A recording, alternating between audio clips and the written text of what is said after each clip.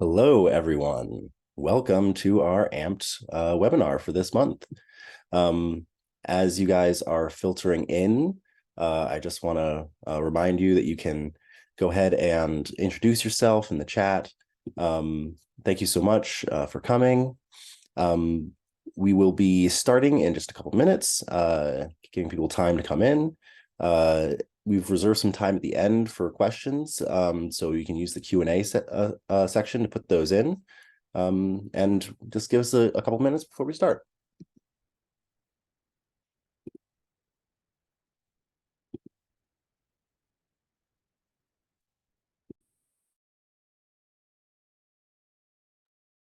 I see people coming in.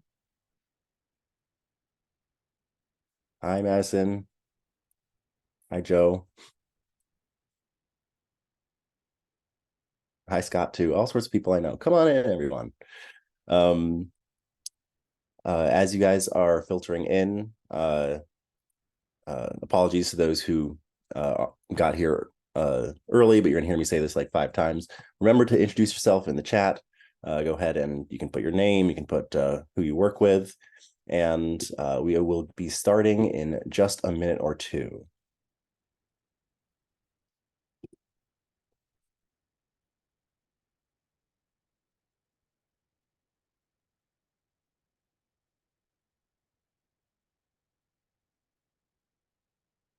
Welcome, welcome. This is our AMPED forum for November. Hope everyone's enjoying the unseasonably warm day. Thanks for taking your lunch to hang out with us. As you guys are filtering in, just remember to go ahead and fill out and drop your introduction in the chat so everyone is able to see who's here and you guys can do a little networking. Also, we will be taking questions at the end, so the best way to do that is to use the Q&A function built into Zoom. Drop your questions in there, and then we will be able to circle back to those at the end. If you drop your questions in chat, they may get lost, so please do put them in the Q&A section.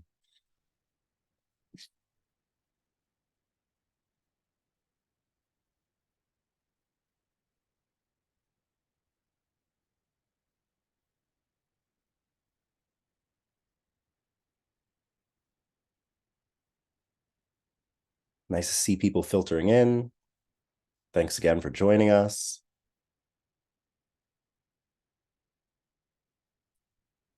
In addition to adding your name in the chat and introducing yourself, and in addition to remembering that if you have questions, you can put them in the Q&A, and we will be getting back to those at the end of the session.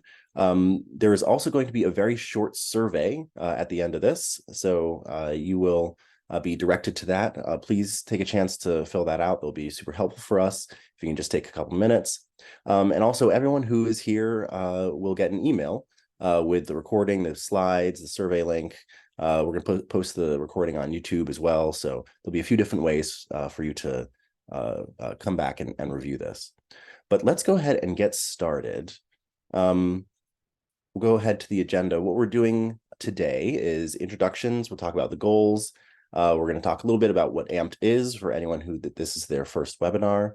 Then we will talk about sustainability planning, engaging stakeholders, and talk with someone who is currently helping their organization put a sustainability plan together. And then we'll do our Q&A. So our presenters today are going to be Gillian Griffin, Program Manager for Sustainable Supply Chains at the New York State Pollution Prevention Institute. Also Liesel Schwarz, Senior Associate at the Verdis Group, and Marcus Ebenhoe, Director of Advocacy and Parasocial Ministry at the Catholic Family Center.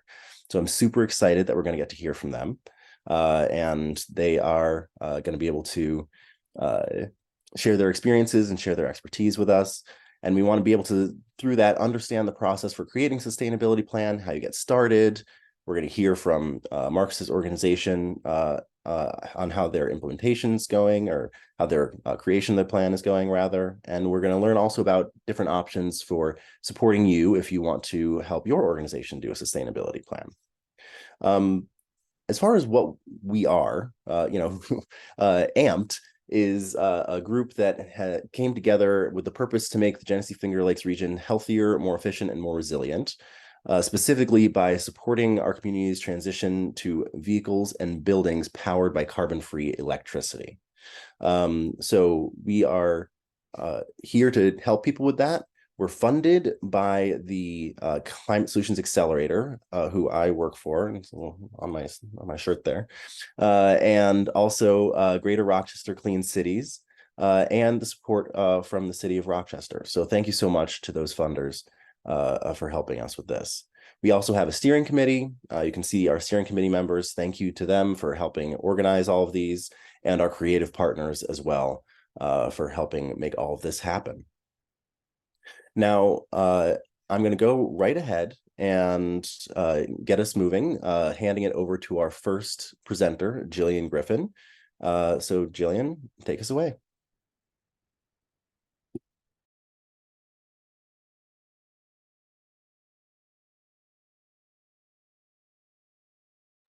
You're still muted, Gillian. Rookie mistake. Sorry about that. I am ready to go, and I was just going to ask to go to the next slide. Great. So good afternoon, everyone. Thank you for having me. As Andre said, my name is Gillian Griffin, and I am a senior pollution prevention engineer and the program manager for supply chain sustainability at the New York State Pollution Prevention Institute.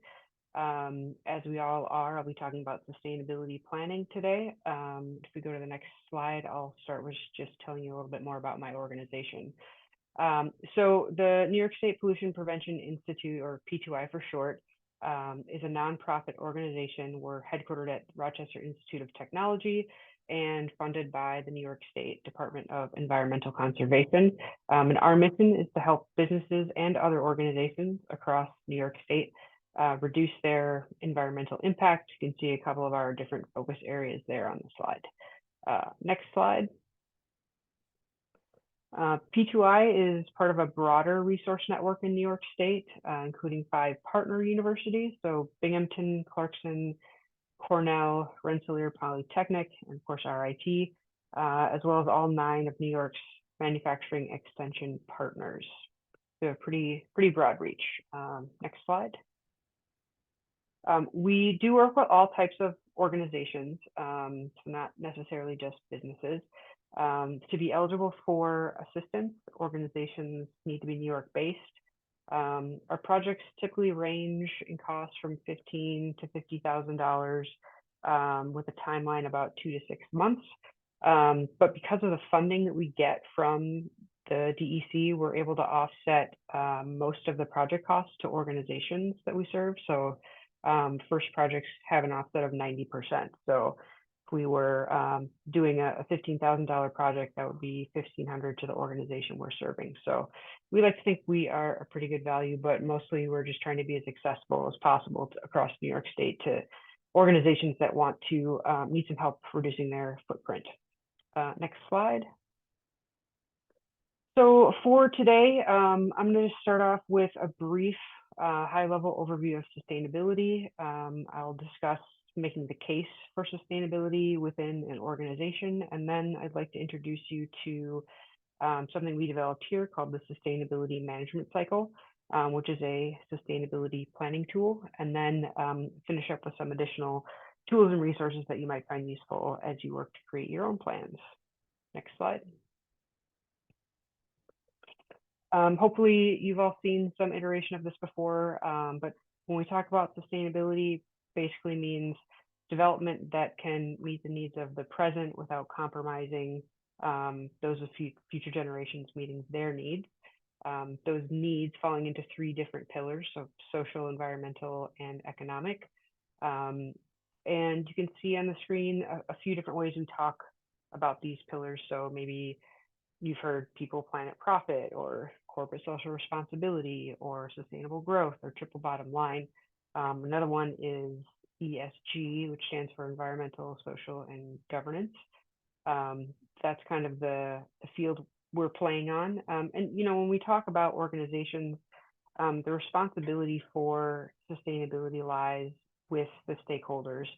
And that means anyone who's directly or indirectly influenced by the actions of the organization.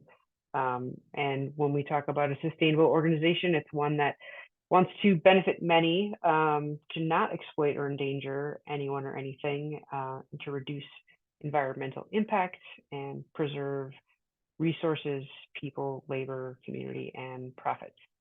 There's your crash course reminder in sustainability. But next slide, please.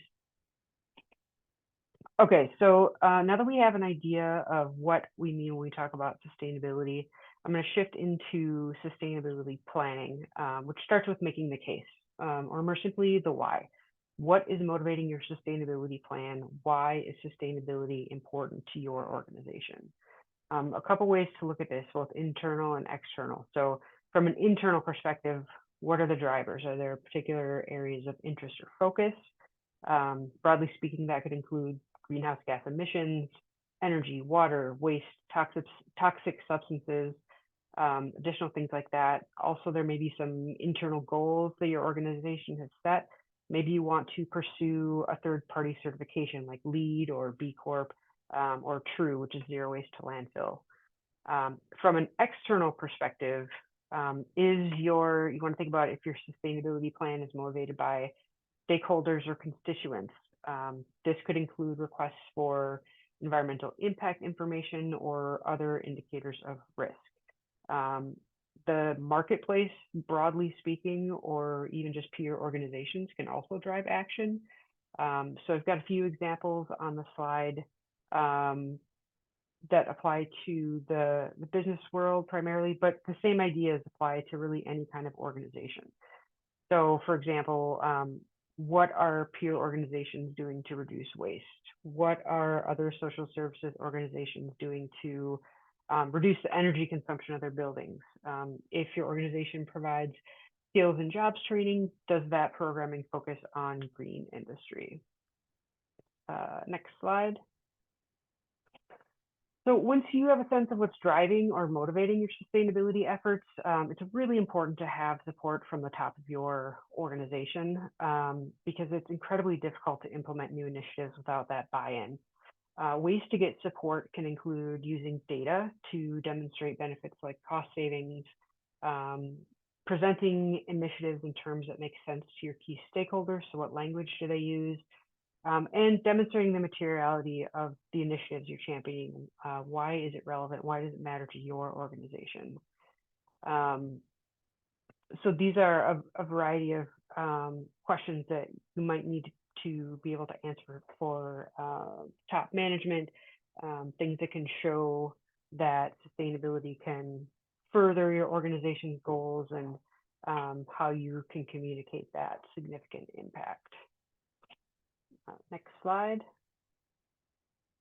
The last component of making the case I'll talk about is vision. Creating a vision provides some important and functional boundaries for your sustainability plan and helps keep your efforts focused.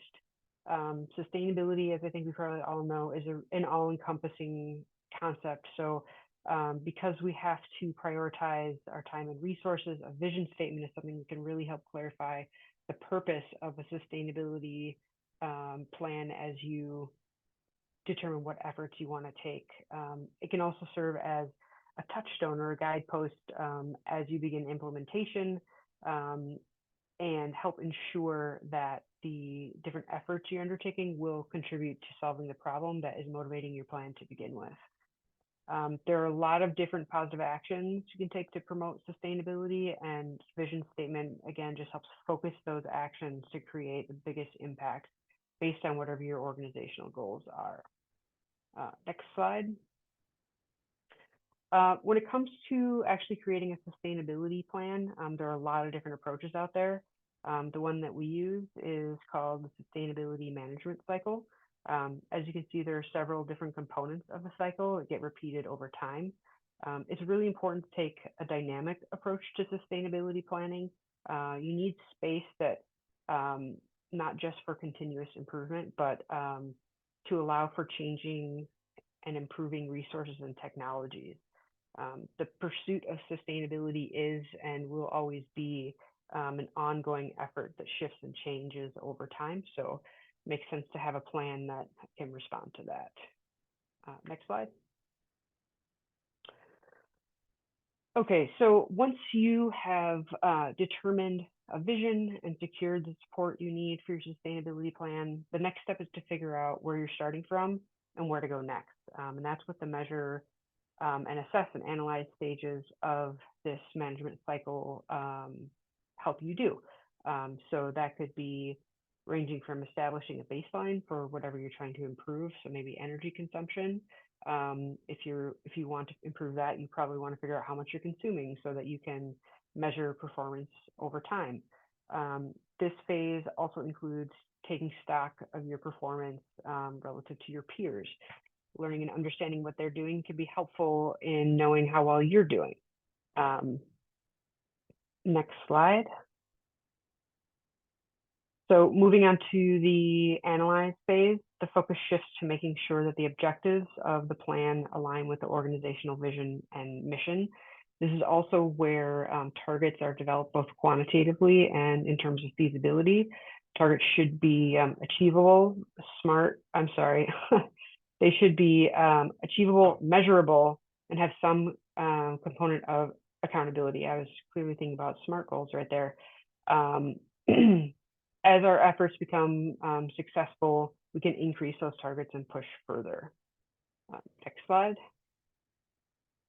The report and communicate phase of the sustainability management cycle play a pivotal role in the success of your plan. In most cases, as we've mentioned, we need the engagement and cooperation of our stakeholders to reach our goals. And we can use communication to keep people informed, to engage them, and to strengthen relationships and build trust. Internally, this could be staff meetings, bulletin boards, newsletters, etc. Externally, this might be an annual report, social media posts, emails, websites, etc. Next slide. The final phase of the sustainability management cycle, or final phases rather, are improve and control. So the purpose of these two phases is to evaluate the actions you've taken and determine next steps. So for example, what targets have you met? How are you doing compared to your peers? What can you learn from your employees or other stakeholders, volunteers perhaps? Is it possible to improve your data collection? Basically, what can you do to ensure continued performance and success? Next slide. So moving forward, as you continue to make progress and achieve goals and targets, it's important to remember, again, that sustainability planning and sustainability initiatives are iterative processes that are rooted in the concept of continuous improvement. So evaluating your goals and targets over time is what's going to help you ensure that your efforts are not only productive, but also provide an opportunity to redefine, expand, and adjust as needed. So when there's new technology, when something in policy shifts, you need to be able to react to that. Next slide. So that's a whole lot of information in not a lot of time, but I have listed a number of tools and resources here that I hope will be helpful as you begin your sustainability planning. At the top is a link to P2I. Feel free to reach out if you want to talk about how we might be able to support your organization. No obligation for a conversation.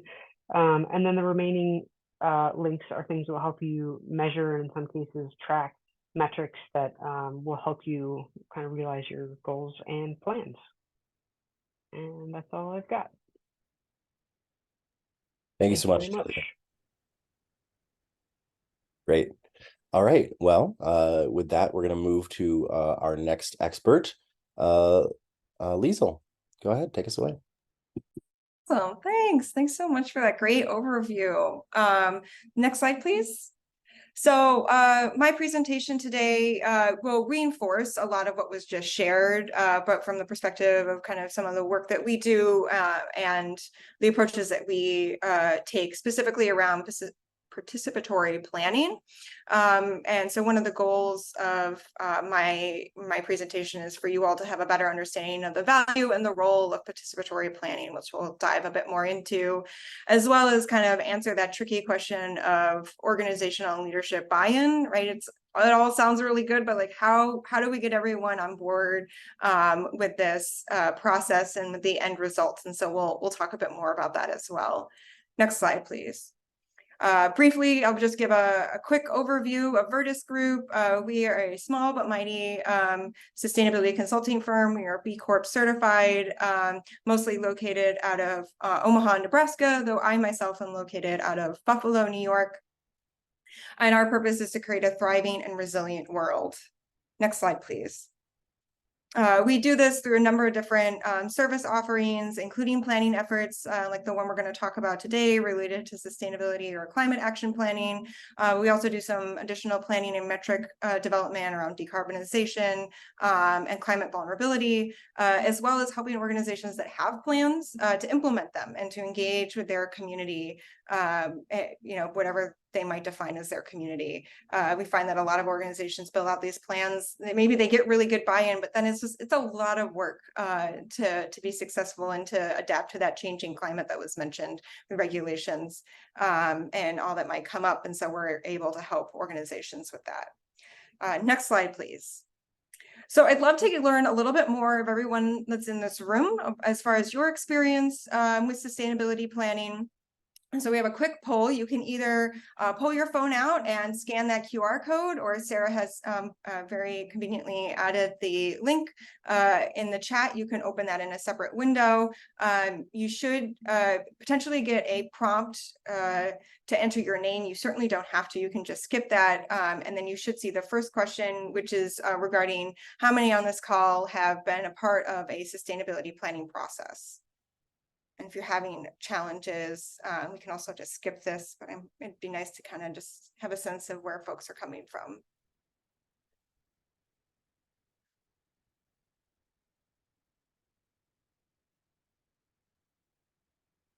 So I haven't seen responses come through.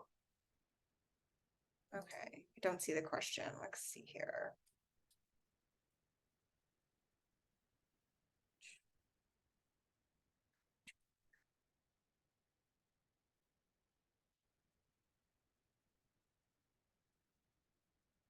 Okay, let's see here. Is it working now? I reactivated it.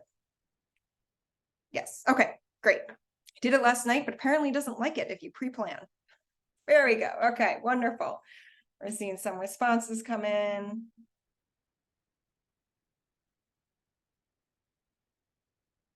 Give it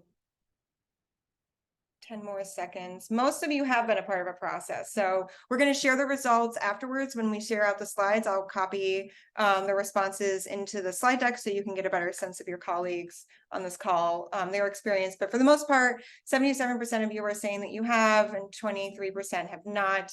And it's good to see that no one is unsure if they participated in one.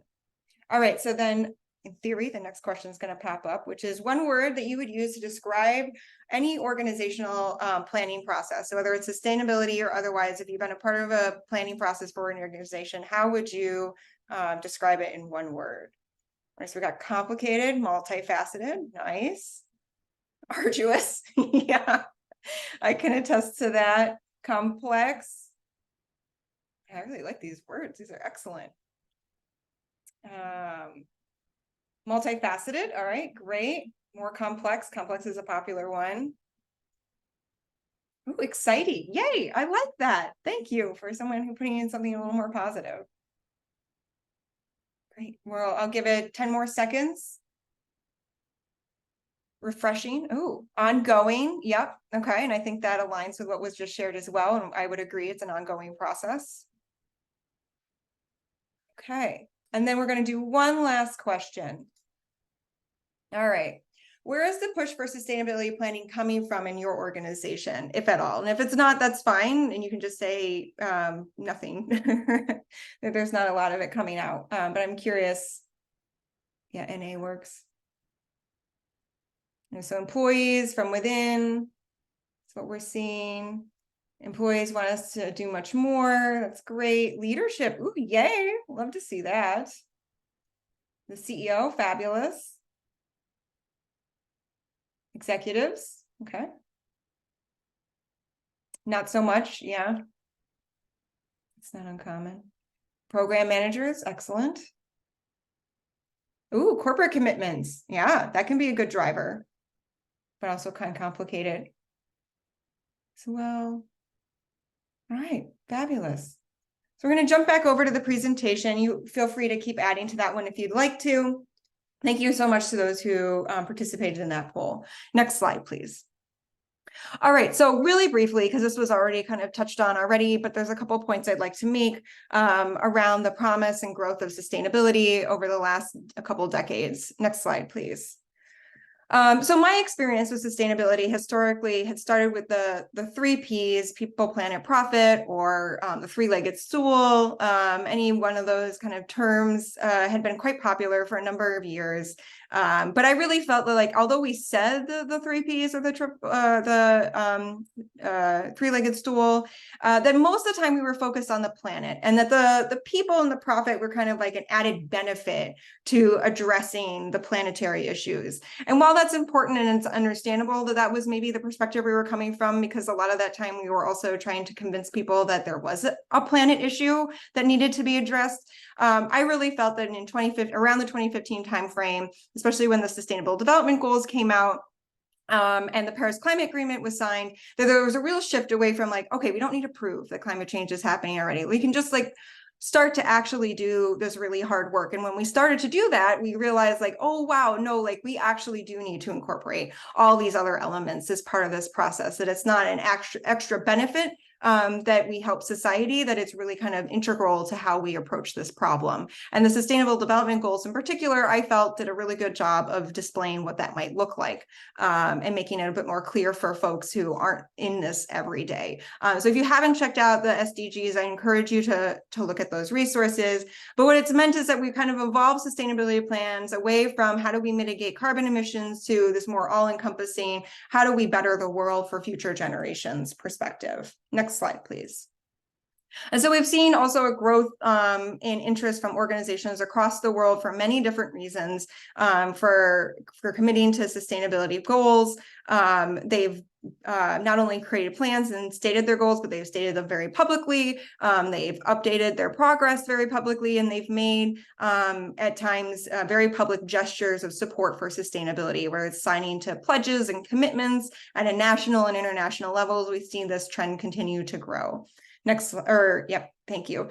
And then sustainability has also become a much more material element for many organizations. Before the impacts of climate change in particular were really taking effect across the world, now we're seeing, those effects, almost every day. It seems like there's a news story about how climate change is impacting people's lives all around the globe. And so businesses are seeing that as well. They're seeing the impact on their business. So now it's not so much a question of how is their business impacting climate change, but how and sustainability, but how is their organization being impacted by these elements, which is also causing an increase in interest in putting together plans and goals. Next slide. And then the other element to this as well is regulation, right?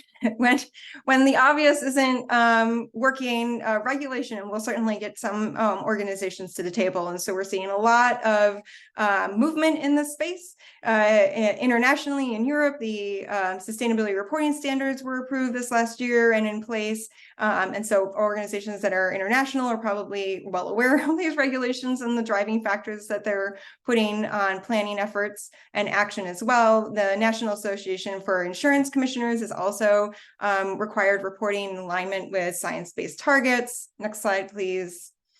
And that California has recently passed additional bills as well around reporting standards. So any organization located in California is also going to start to feel the need to put together these reports. And all while we still wait for the SEC to decide if they are going to require some climate disclosure, but more likely than not, that is coming, especially with all the movement happening outside of their realm. Next slide, please. So really the growth and sustainability planning is coming from saving money, and that comes from energy efficiencies or resource use efficiencies, but also the mitigation of risk. Originally, that risk was more around brand, especially for certain organizations that have a strong brand with customers. They didn't want to be seen as the the one shoe organization that wasn't addressing climate change when so many others were making very public commitments. But also, as it was mentioned already, the impacts of climate change are making that risk very real to their operations. And so the potential to save money down the line from the impacts of climate change are also a driving factor that we see today. Next slide, please. So participatory planning. We really think it's important for everyone or for as many people as possible to be a part of this process. Next slide. People support what they help to create. And so this is kind of the driving element of how we approach sustainability planning. Really, all of our sustainability work it's not done in a vacuum. It's not cookie cutter. It's built based off of what we hear and see within each organization. So next slide. So it's a little bit repeat of that, but we don't use cookie cutters. That it's not a checklist that an organization just goes through once a year and says, "Oh, I'm done. I did my sustainability work for the year." And it's certainly not something that's only referenced for annual reporting purposes. It's a living, breathing document within the organization. Next slide, please. So to that end, sustainability plans are personalized outlines of an organization's vision and their goals for a sustainable future and how they contribute to that. It is ever evolving, right? It's not set in stone, and it's something that will need to be re-looked at over the years. And then it's a guide for everyone. It's not for one individual, not one sustainability person in your organization, like here's your guidebook for the next 10 years. No, it is for everybody within the organization at all levels of decision making. That's how these plans are successful, and the process itself hopes to instill that within the organization. So next slide, please. So key elements of sustainability planning. It must include multiple voices and perspectives at the table. We do surveys, we do workshops, we do interviews. There's lots of different ways that we engage with our participants. And we do that with our key participants within the organization, as well as structure to build consensus. And we do this through a process called TOP. Next slide, please. So the top technology of participation is the model that we use for facilitation. We found it to be really helpful. It's something that I encourage folks to check out if they feel like facilitation would be a key element for their sustainability planning process. It does cost money to be trained in, and I recognize that that's not available for everyone. So next slide, please. TOP utilizes many of the principles from the Facilitator's Guide for Participatory Decision Making, which is available publicly at many libraries. I recently downloaded the audio version from my library, so it's very easily accessible for folks. And the process itself, next slide, please. So we start by establishing a team, a core team that will help us guide us through the process as far as getting guidance and direction and access to the key people and resources as part of this process. Yep, time is up. All right, we will end here.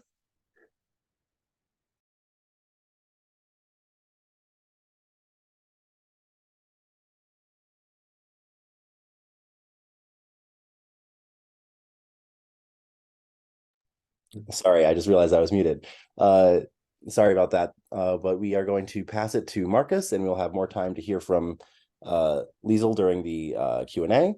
And Marcus, why don't you go ahead and tell us about what Catholic Family Center is up to? Thanks. Thank you, Liesel and Gillian. You both did great outlining everything. So we are in the process of starting this right now. If you want to go to the next slide. So we renamed ourselves. We are Catholic Charities, Family and Community Services. We merged some of our organizations together. And we just started this planning back at the beginning of the year. So late 2022, we brought up the idea of creating a green team, and we've really got our feet wet starting in January. If you want to go to the next slide, please.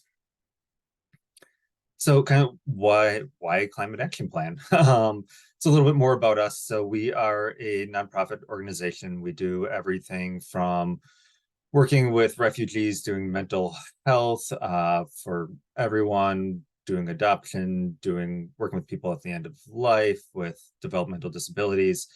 We have over 900 employees.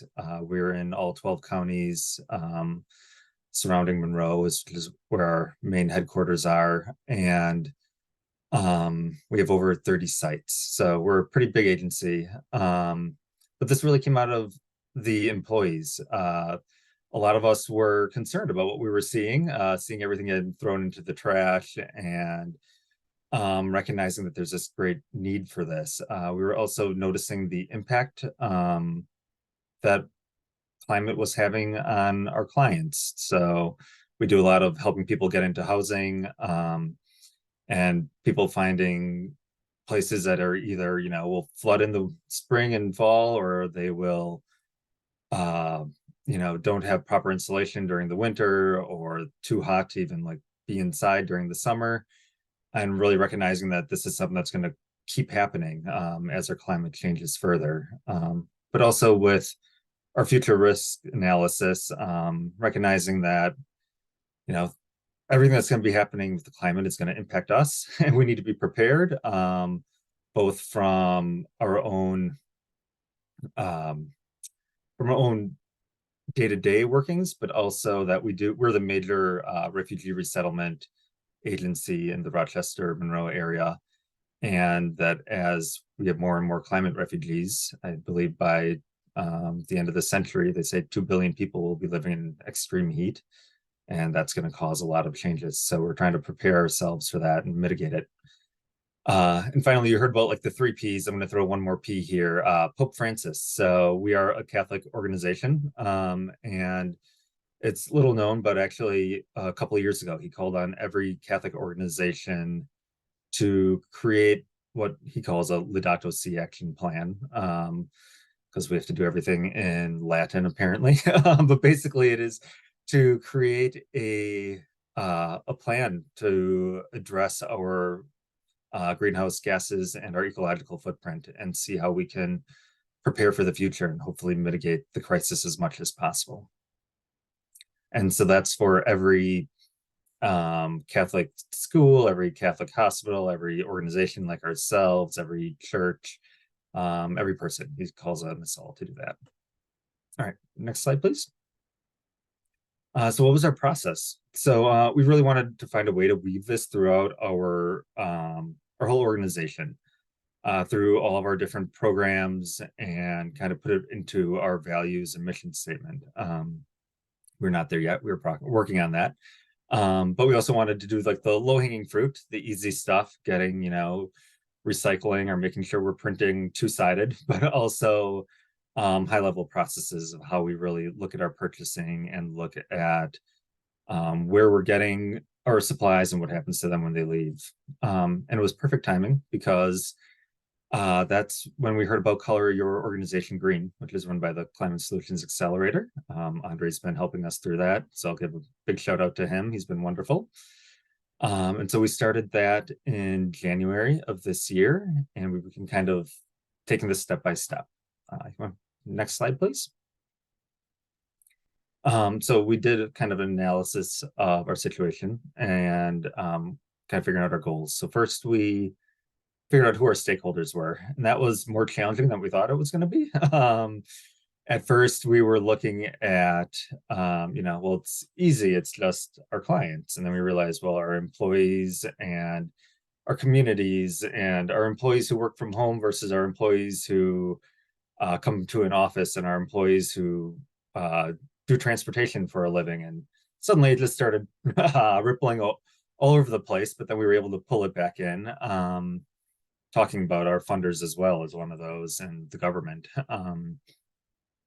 But we also received a wonderful spreadsheet from Andre and the whole program, talking about our impacts and our vulnerabilities. So really looking at, all right, where can we have an impact? We have, as I think I said, over 30 sites. I think 18 of them we own and the rest we rent. So recognizing, all right, the places that we own, we obviously have the power to have a much greater impact versus the places that we're renting. And also looking at our vulnerabilities. So, we have job training programs, and one of them is the trades. And so when we have 110-degree weather, what are our backup plans for these programs? Or if we get 5 feet of snow like Buffalo got last year, how are we going to have to adapt ourselves? So really looking at where we're really vulnerable in the future and what we can do both as a program wise, but also funding and actually viability of our programs in the future. So we looked at first at the easy data, looking at our RG&E bills, figuring out what our energy usage is. And also like we were looking at our gallons of gas that we purchase. So we have a fairly large fleet of vehicles, and trying to figure out, okay, well, what can we do to decrease that? We had to take an inventory of our system. So figuring out how many cars do we have, how many do we own, how many do we lease, when are those leases up, looking at our whole HVAC system, and all right, well, which ones are big boilers and which ones are in unit, like window unit AC condition, and looking at kind of everything that we have, which has been a big process, but really has helped us get a better, clear view of where we're going and where we have these opportunities to make those impacts. And what impacts do our employees create? So we're in the process of creating a work from home policy. And so can we, have our finance people or our HR department work one less day a week in the office, and then that takes away those 2 trips to and from the offices, and trying to really figure out how can we encourage our employees to decrease their use of single person car rides. We're looking at ways to promote taking the bus or public transit. Our downtown sites are literally right next door to the public transit center. So if we can get people to take the bus to work and home instead of having 10 people bring their cars, it's a big plan, and people love their cars. They want to be able to leave when they want to leave. And our transit system has places where it can improve. So we're also kind of looking at taking our what power we have, and utilizing that to talk to the RTS and saying, well, how can we create bus routes that are timely and that we'll be able to get our clients to us in an easy manner, but also our employees as well. So like I said, we try to leverage our standing in the community and make those systematic changes. We're also looking at things both with reporting for all, since a lot of us are through Medicaid or other funding through the state, and they're requiring us to print out every piece of paper single-sided every month, hundreds of pages. And can we get ourselves and maybe some other nonprofits on board to talk to them about their standards? So we're looking, once again, little things within our organization, but also big things to hopefully make that systematic change. Next slide, please. So how do we get people engaged? Like I said, thankfully it was kind of employee driven. We had a number of people kind of talking, and you'd hear little bits of it here and there, just like in conversation of like, oh, we're having a group gathering. They have water bottles or like bottles of water there. Wouldn't it be great if we just had a nice 5-gallon Gatorade thing that we could all just fill up our waters with instead. Or like, oh, look at all this waste that this meal is making. Or we have a lot of residentials, and they primarily use disposable paper plates and plastic silverware, and people saying like, oh, we could be doing a lot better.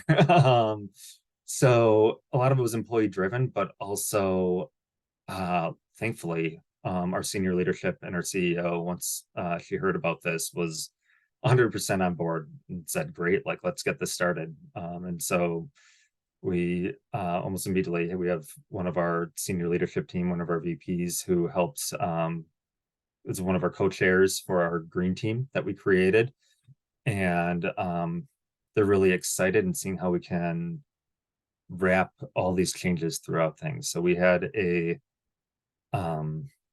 we've changed the way that we've done our like large senior or leadership meetings. We normally do like all day trainings, and we've moved away from plastic bottles, and we're looking at having compostable silverware, things like that.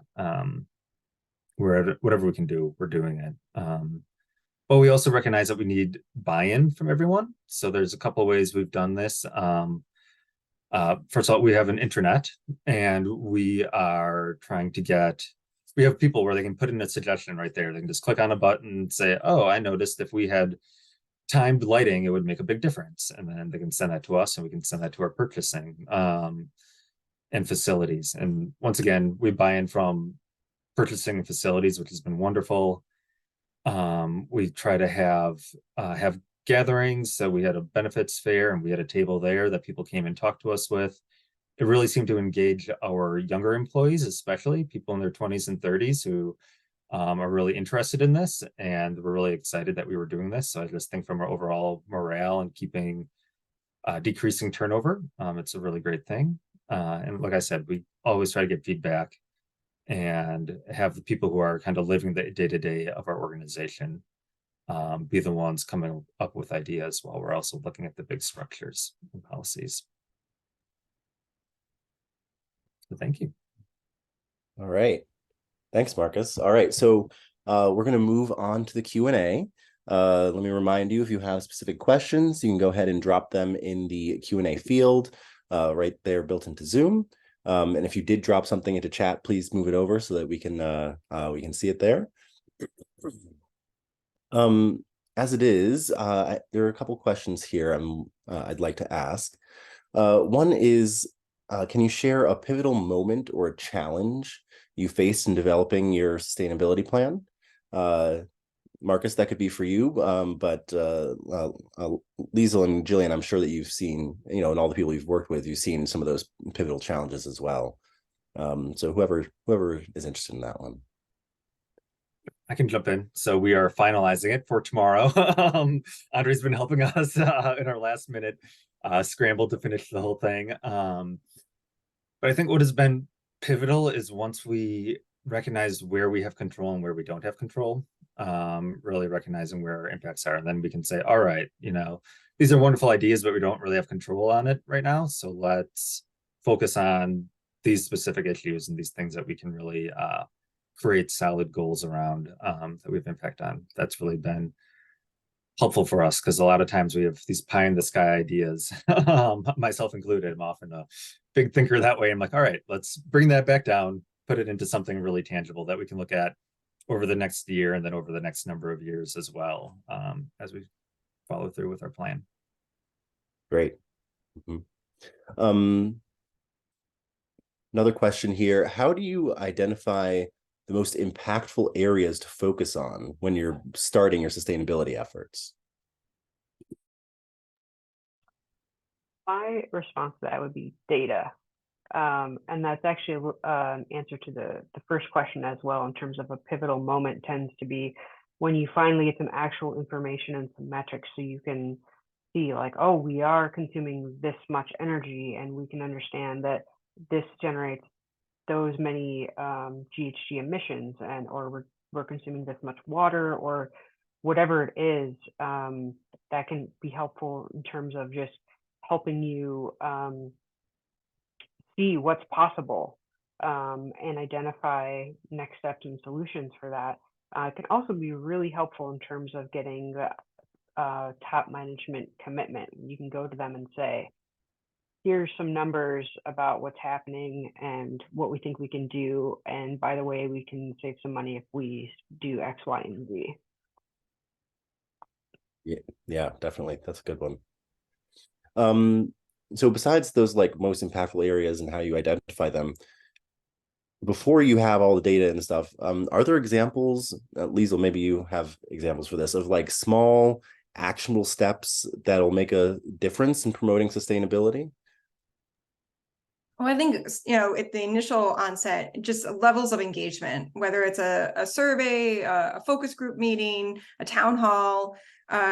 I think a lot of times there can be a slight disconnect between what individuals within the organization feel is important and what they're seeing versus where leadership is as far as their priorities and how they were thinking about approaching potential planning process. And so getting a better sense from the community as far as where their approach or where their top priorities are, it might not necessarily change at the end of the day what comes out from the plan, but it will help maybe with the prioritization and communication and engagement after the plan comes out.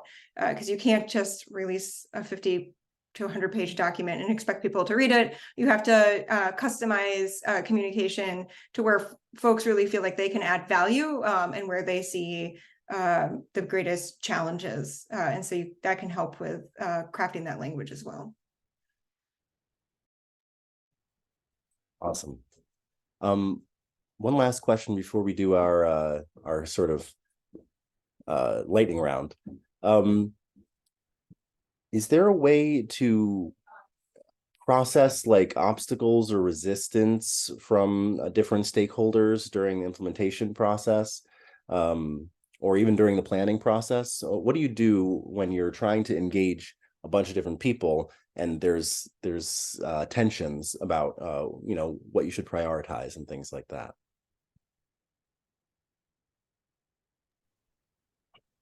I mean, I'll just jump in. We're right at the beginning of this. And just one example that we're having, I talked about trying to encourage people to take public transit, and that getting some pushback there, especially, I don't want to speak down about our neighborhood or our city, but the transit center has had some problems with around safety and drug use and things like that. And not everyone feeling comfortable there. And so, there's been this tension of people wanting to drive, so they don't have to deal with that. And there's a parking garage right across the street from us. And us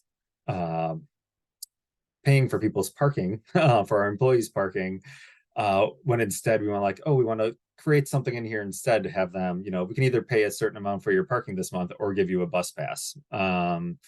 And trying to overcome that hurdle of the fear of what people have heard and what they've seen, but recognizing that you just kind of have to walk people through it, I think, because the unknown is scary and not a lot of people have been taking the bus into the transit center. And so it's just this place in people's heads that they don't actually have never experienced or don't know what it's actually like. So if we can encourage them and walk them through that and be like, oh, it's actually pretty easy and you can get dropped off 2 blocks from your house, it'll work really nicely. Yeah, having spent many hours at the transit center, I can say that it gets less stressful once you've spent a little while. You understand what everything's going on. We have a question here. Leadership and experienced employees are often really busy and find it hard to spend time on sustainability initiatives. What can we do to motivate them or incentivize them to do that? That's a challenge for sure. I think, and we're talking about leadership, so this gets a little bit different, but the first thing I would say initially is for someone high up to make it a priority, make it part of somebody's, job responsibility. Like, you are accountable for this thing. You will be evaluated on it. I know for a lot of C-suites, which may not apply directly to this group of people, having incentives related to their sustainability performance can help. Had another thought that is escaping me now. Yes, the other thing is external pressure, right? So if the SEC ever makes its regulations, that will be something that has to be addressed, right? Or maybe there are external stakeholders that are putting pressure on. In my particular line of work, a lot of times that happens in the supply chain. So a big company, like let's say McDonald's, says to a dairy where it gets milk, like, if you want to keep doing business with us, we need you to answer these questions in this scorecard. but it could also be coming from constituents. It could also be coming from just kind of general public pressure. It could be coming from a peer organization that is, for lack of better words right now, kind of making you look bad because you are behind the 8 ball on something. Those are some different ways that pressure can be kind of leveraged to try to motivate the prioritization of sustainability from just talking about it to doing. Yeah, no, I would agree with all of that. I think a few other items that I would add, aligning the sustainability plan or the sustainability initiatives or whatever it ends up coming out as with the organization's core values. Some leaders are really driven by those core values and feel very strongly and kind of align how they do their decision making and prioritization with those core values. And if you can make a strong case for the connection between sustainability and the organization's core values, they will help drive it a little bit at that point, kind of naturally. And sometimes you just haven't seen it, right? For me and others, it might be like incredibly obvious, but pointing out those connections is really helpful. Another piece is part of the process. I would encourage organizations to really identify what other barriers for why you haven't, or what will make it challenging to achieve your vision, understanding what's standing in your way within the organization. It might be structurally, it might just be simple as like education. Like I said, like just people aren't aware. That can really help to break down kind of why either leadership or others haven't been as participatory or action forward. And then lastly is consequences, right? What is the consequence to that individual or to the organization for not acting? Understanding that not acting really isn't an option can help motivate certain individuals, but it really just kind of depends on the organization and that leader or individuals kind of the approach. But those are some of the things we've seen that have been successful. Yeah, thank you, Liesel. So we have our last question. If you could each answer this question just very short, and you were already sort of getting at it, Liesel, with your last answer there, is what's one thing an organization can do to get unstuck when it comes to sustainability planning?